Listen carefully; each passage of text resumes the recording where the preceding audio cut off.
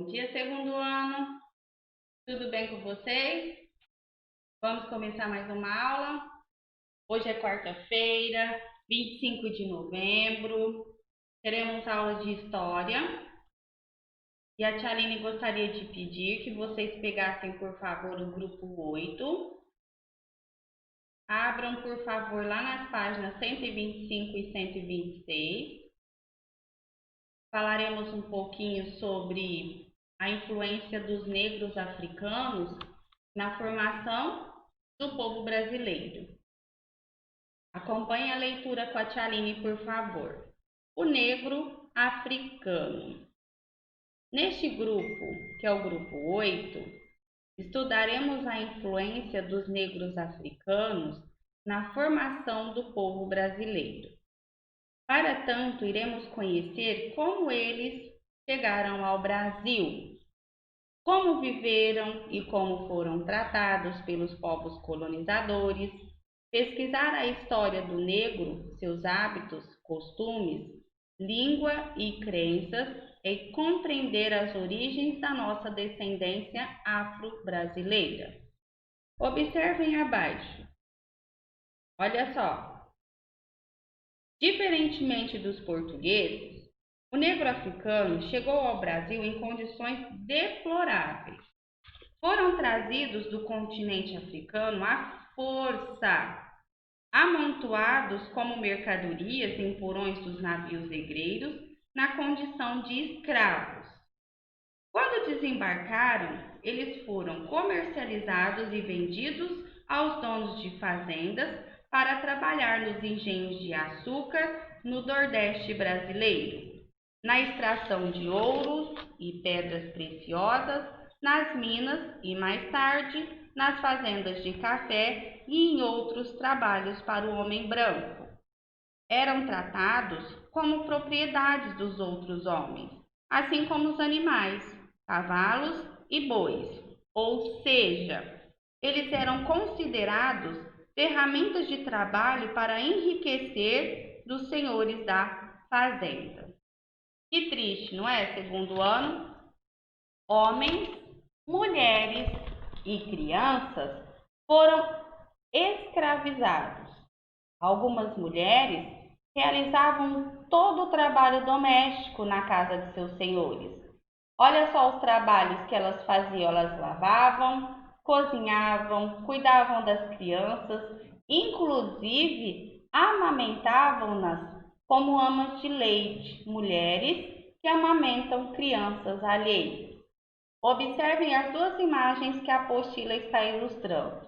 Na primeira, os negros africanos capturados na África para serem vendidos como escravos, e embaixo, os escravizados trabalhando na lavoura canavieira. Agora nós iremos falar um pouquinho sobre como que os escravos viviam em situações precárias. Muito triste saber disso. Os negros escravos, eles viviam em situações precárias. Dormiam amontoados na senzala. Senzala é o nome do local onde eles moravam. Sem nenhuma higiene e conforto, eram marcados a ferro com o sinal de propriedade de seu senhor. Sofriam várias formas de violências praticadas pelo capataz. O capataz, ele era o homem responsável pelo trabalho deles. Quando não cumpriam as ordens recebidas, eles eram castigados e punidos, presos a correntes e também a outros instrumentos de castigos. Muitos deles se revoltavam e não aceitavam essa condição de vida, por isso acabavam fugindo. Os escravos, eles eram perseguidos e, quando encontrados, punidos e castigados. As palmatórias e os chicotes ardiam-lhes sobre as mãos e as costas, causando às vezes a morte. Vamos ler abaixo um anúncio de jornal da época da escravidão. Quando tinha-se um escravo que fugia, eles publicavam em jornais para que as outras pessoas pudessem encontrá-los. O jornal era dessa forma, escravo fugido. A 24 de novembro do ano de 1877, fugiu da fazenda de São José em Taubaté, propriedade de João Francisco Malta, o escravo Gregório Pardo, idade de mais ou menos 32 anos, altura mais que regular, corpo reforçado, fala gestada, bons dentes, olhos grandes e sanguíneos, quando quer mover-se depressa, porém, seu natural é pesado, pouca barba, ocupação roça, porém faz qualquer serviço como carrear e etc. Gosta de lidar com animais, como cães, espingardas e caçar. Também gosta de batuque.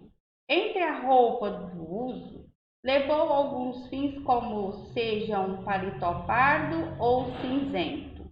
Conduziu um bonito cavalo russo pedrez. Suspeita-se que fosse para a província de Minas. Gratifica-se bem a quem aprender ou der notícias exatas. Então, as pessoas que encontravam esses escravos, eles tinham uma recompensa, eles recebiam por isso. Agora, nós iremos para a página 129, falaremos um pouquinho sobre a influência da cultura africana. Vamos lá, meus amores, nas páginas 129 e 130. Mesmo com todas as dificuldades que os negros africanos sofriam ao desembarcar no Brasil, vivendo em condições precárias e desumanas, eles conseguiram manter suas tradições culturais, religiosas, seus hábitos e costumes. Muitos negros africanos que aqui passaram a viver pertenciam ao grupo Banto. Diversas palavras de origem banto foram passadas de geração a geração e incorporadas à nossa língua portuguesa. Algumas delas, marimbom, ubá, tanga, giló, quitanda, entre outras palavras, fazem parte do nosso vocabulário, da nossa cultura. Na página 130, os africanos trouxeram para o Brasil suas crenças, suas músicas, suas danças e sua culinária típica.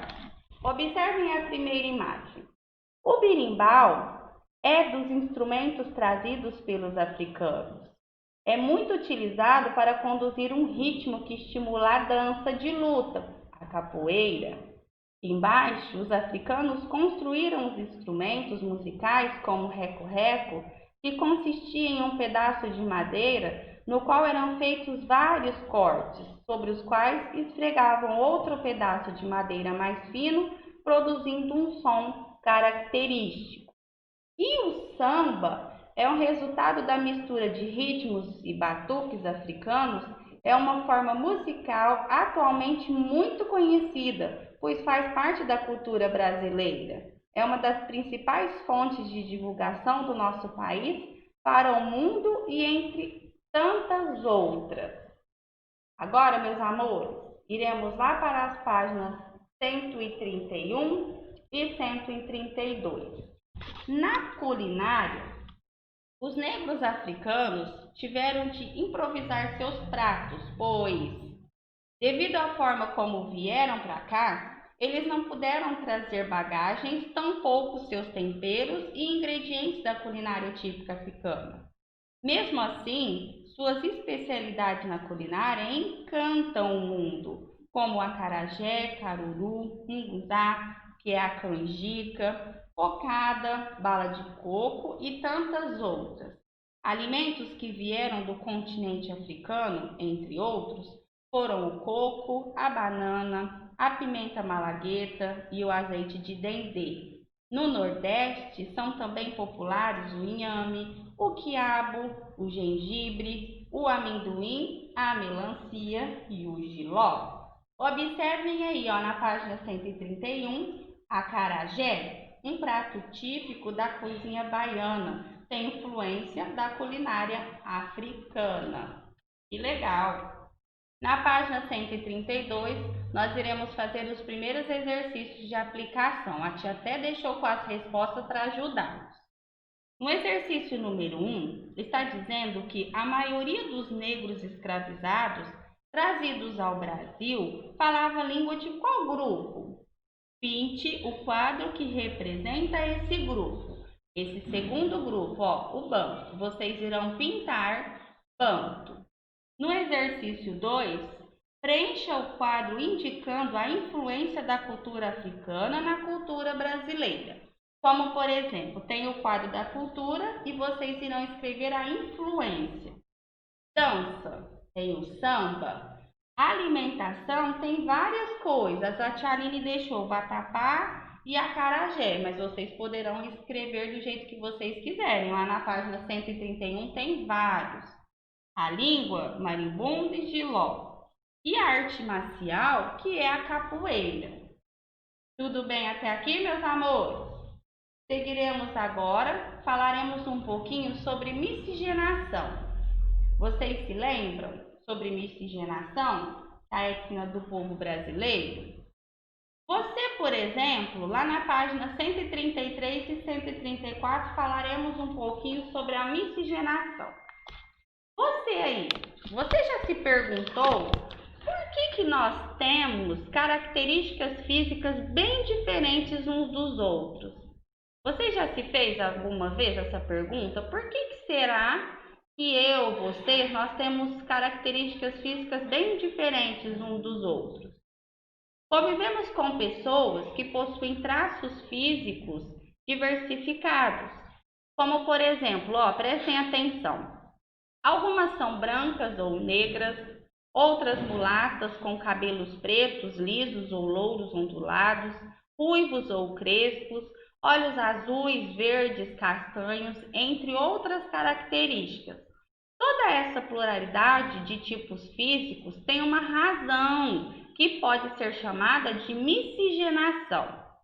Os 3 principais grupos fundadores da miscigenação étnica, mistura de povos de diferentes etnias, como por exemplo, foram os ameríndios, os indígenas do continente americano, os europeus brancos e os africanos negros que se espalharam pelo território brasileiro. Dessa mistura surgiram o caboclo, que é a mistura de branco com índio, o cafuso, mistura de índio com negro africano e seus descendentes, e o mulato, que é a mistura de negro com branco. Isso tudo virou essa miscigenação étnica do povo brasileiro. Olha só que interessante, meus amores, na página 134, observem a tela de um pintor espanhol que retrata fielmente o processo da miscigenação. Olha só, a avó é negra, a mãe mulata, o esposo e filhos brancos. Com certeza essa tela desse pintor espanhol, ele está retratando fielmente esse processo de miscigenação. Deu para vocês entenderem? Seguiremos agora com os exercícios de aplicação das páginas 135 e 136.